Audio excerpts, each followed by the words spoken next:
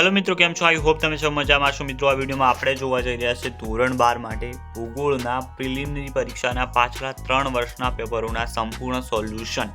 જી હા મિત્રો, પાછલા 3 વર્ષમાં દ્વિતીય એક્ઝામના જેટલા પણ પેપર લેવાના છે, 3 પેપર જે છે 3 વર્ષના, એ 3 પેપરના સંપૂર્ણ સોલ્યુશન જોવાના છે. તમારે 3 પેપરનો હરેક ક્વેશ્ચન સારી રીતે તૈયાર કરી દેવાનો છે જો તમે વધુ માર્ક્સ લાવવા માંગો છો 2026માં. દરેક ક્વેશ્ચન તૈયાર કરવો જરૂરી છે. કોઈ પણ પ્રશ્ન તમારી પરીક્ષામાં રિપીટ થઈ શકે છે, એ વાતનું તમારે ધ્યાન રાખવું પડશે અને એ રીતના તમારે તૈયારી કરવી પડશે. ઓકે, તો ચેનલ સબસ્ક્રાઇબ કરી દો અને ભૂગોળના આઈએમપી ન જોયા હોય તો એક વખત ચેનલ ઉપર જઈને આઈએમપી પ્રશ્નો સ્પેશિયલ જે મૂકેલા છે એ તૈયાર કરી દેવાના છે. ઓકે, પહેલા 2025નું પેપર જોઈશું આપણે. ઓકે, વિભાગ એ તમે જોઈ શકો છો. પહેલા તો વિકલ્પ છે સંભવાત શબ્દનો સર્વપ્રથમ ઉપયોગ કરનાર લુશિયન ફાવર. ગિફિથ ટેલરે કઈ વિચારધારા રજૂ કરી હતી? તો નવનિયતિવાદ. વિશ્વમાં વસ્તીની દ્રષ્ટિએ ભારતનો ક્રમ બીજો. દેશમાં સૌથી ઓછી સાક્ષરતા ધરાવતું રાજ્ય બિહાર. મલેશિયાના કયા લોકો પ્રાથમિક પ્રવૃત્તિ કરે છે? સેમાંગ. ઇન્ટરનેટની સેવા કયા પ્રકારની પ્રવૃત્તિ ગણાય છે? તૃતીયક. ગુજરાતમાંથી કયા નંબરનો રાષ્ટ્રીય ધોરીમાર્ગ પસાર થાય છે? નંબર 8. વિશ્વની સૌથી લાંબી પાઇપલાઇન કઈ છે? કોમેકોન આવશે.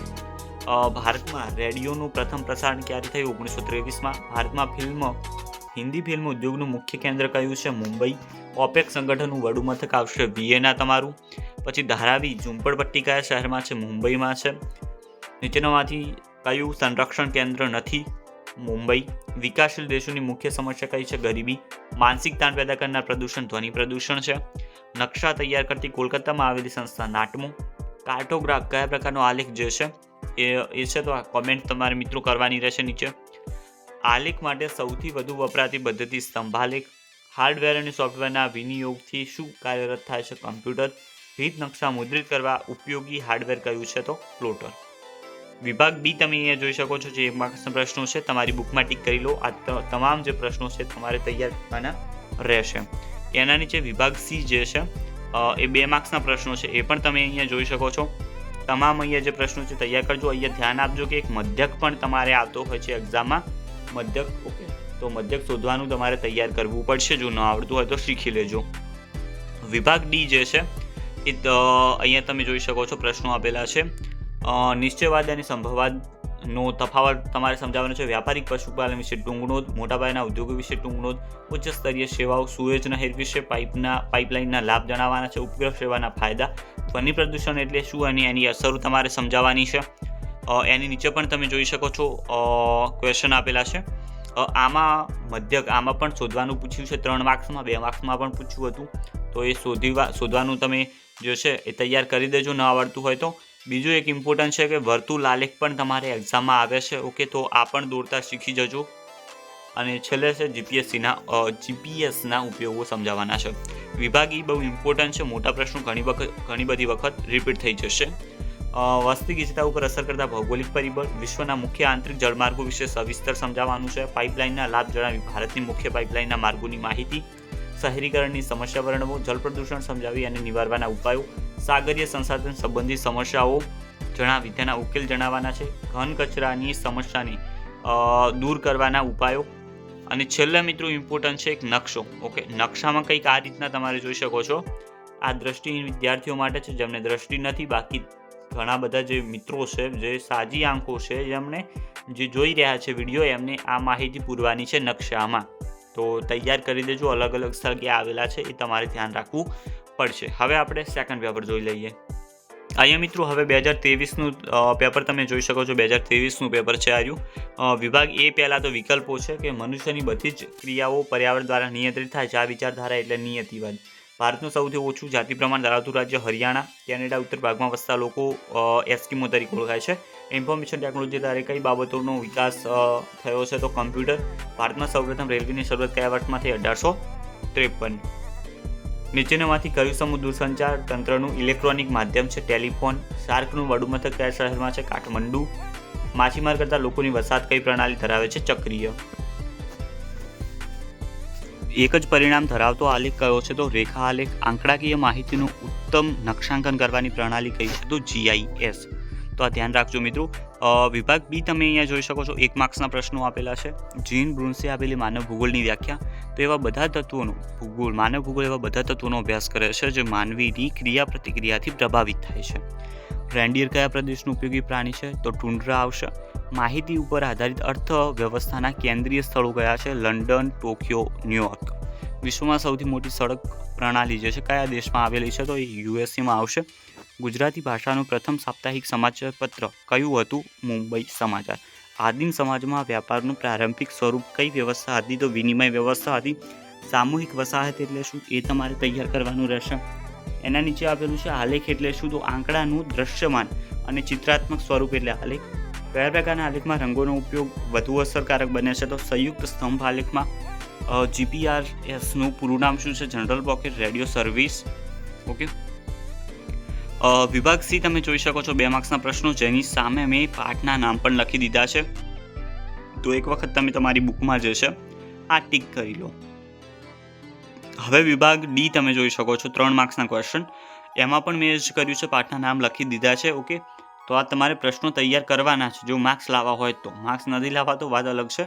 જેને માર્ક્સ જોતા હશે પ્રશ્નો તૈયાર કરી દો. આમાં પણ સેમ એ જ પૂછાય છે. આલેખ પણ, વર્તુળ આલેખ પણ પૂછાય છે અને મધ્યક પણ પૂછાય છે. તો તૈયાર તો કરવું પડશે બંને તમારે. વિભાગ ઈ અહીંયા જોઈ શકો છો, મોટા ક્વેશ્ચન આપેલા છે. માનવ વિકાસ એટલે શું? એના માપન વિશે સમજૂતી આપવાની છે. ભૂમિ સંસાધન સાથે જોડાયેલી સમસ્યાઓ વિસ્તારથી સમજાવવાની છે. જળ પ્રદૂષણ સમજાવી અને નિવારવાના ઉપાયો જે છે સૂચવવાના છે. વિશ્વના મહત્વના રેલમાર્ગો વિશે ટૂંક નોટ લખવાની છે. શહેરીકરણની સમસ્યાઓ વર્ણવવાની છે. ગરીબીનો અર્થ સમજાવી એ દૂર કરવાના ઉપાય જણાવવાના છે. ઘન કચરાની સમસ્યાને એ દૂર કરવાના ઉપાય. નકશો અહીંયા તમે જોઈ શકો છો. દેશમાં સૌથી ઓછો સાક્ષરતા ધરાવતું રાજ્ય બિહાર એ નકશામાં દર્શાવવાનું છે તમારે. સૌથી લાંબો રાષ્ટ્ર ધોરીમાર્ગ નંબર 7 અને એના પરનું એક અટક સ્થાન આવશે વારાણસી. ગુજરાતનું ફેરી બંદર માટેનું બંદર સલાયા. કોઈ એક ઔદ્યોગિક કેન્દ્ર આવશે કાનપુર. ઊન ઉત્પાદન કેન્દ્ર અમૃતસર. હવે આપણે સેકન્ડ પેપર જોઈશું, 2022નું પેપર છે. વિભાગ એથી ફરીથી શરૂઆત કરીશું આપણે અને ફરીથી નવા ઉલ્લાસ સાથે પ્રશ્નો તૈયાર કરીશું. નિયતિવાદના પ્રખર સમર્થક હતા કુ એલન સેમ્પલ. નીચેનામાંથી કયું તત્વ પ્રાકૃતિક પર્યાવરણનું નથી? પરિવહન. ભારતમાં વધુ જનસંખ્યા કયો ધર્મ પાળે છે? હિન્દુ. નીચેનામાંથી કઈ પ્રવૃત્તિ પ્રાથમિક પ્રવૃત્તિ નથી? વ્યાપાર. રેડ ઇન્ડિયન કયા ખંડના નિવાસી છે? અમેરિકા. ઇન્ટરનેટની સેવા કયા પ્રકારની પ્રવૃત્તિ ગણાય? તૃતીયક પ્રવૃત્તિ ગણાય છે. યુએસએની સૌથી પ્રસિદ્ધ પાઇપલાઇન બિગ ઇંચ. વિશ્વની સૌથી મોટી સડક લાઇન આવે તો સડક પ્રણાલી યુએસએમાં આવેલી છે. હિન્દી ફિલ્મો કયા નામથી ઓળખાય છે? બોલિવૂડ. આ તો કોણે ન આવડે. ઓકે. કાગળ વગરની ટપાલ સેવા એટલે શું? ઈમેલ. અહીંયા અચ્છા આપણે બોલિવૂડ અહીંયા હિન્દી માટે કહો છો, તો ગુજરાતી ફિલ્મો માટે શું નામ છે? કમેન્ટ એક વખત કરી દેજો કે આટલી તમને ખ્યાલ છે કે નહીં. એ તો આપણે જોઈએ. ફિલ્મોનો તો ખ્યાલ હશે આઈ થિંક. સલાયા કયા પ્રકારનું બંદર છે? ફેરી બંદર માટેનું બંદર છે. સાર્કનું વડુ મથક આવેલું છે કાઠમંડુમાં. ભારતમાં શહેર માટે વસ્તીનો માપદંડ આવશે 5000. વિશ્વમાં ઊનના ઉત્પાદનમાં કયો દેશ પ્રથમ સ્થાને છે? ઓસ્ટ્રેલિયા.